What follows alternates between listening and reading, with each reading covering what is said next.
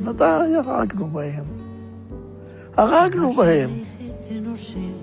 בלי נקיפת מצפון. The story, as we're told in Israel, that 750,000 people just left here one day by themselves, obviously is not accurate.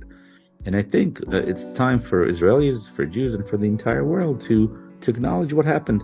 In 1948, Palestinians were dispossessed from most of their homeland in an event known as the Nakba. The rest was divided into what eventually became the occupied West Bank and the blockaded Gaza Strip. The film Tantora shows Israelis admitting they killed Palestinian civilians during the ethnic cleansing. A lot of the victims have been talking about the Nakba for, decades, but it's very rare to hear this from the perpetrators. כבשנו טנטורה, תפסנו הרבה ערבים, אספנו אותם.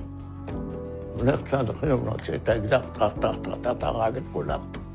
The director, Alon Schwartz, is an Israeli filmmaker. He went to the Palestinian fishing village of Tantora. He spoke to those who benefited and suffered from the event that wiped out the village in 1948. The country's military has looked to tightly control the release of documents surrounding the ethnic cleansing committed by Israel at that time. Shortly after the Nakba, Zionist forces declared the founding of the State of Israel. Many Israelis have denied the truth of that event. I think it's important as a society to face the truth, and that's my mission. My mission is to look at the past in order to have a better future for both Palestinians and Israelis. In the 1990s, an Israeli researcher named Teddy Katz collected evidence that mass murder was committed in Tantora in 1948. But Israel forced him to retract his research. Years later, Alon found Katz, who gave him 140 hours of taped eyewitness interviews from both Jewish and Arab people involved. I started making a completely different film. I go to Teddy and he gave me the tapes, and we started listening to the tapes in Hebrew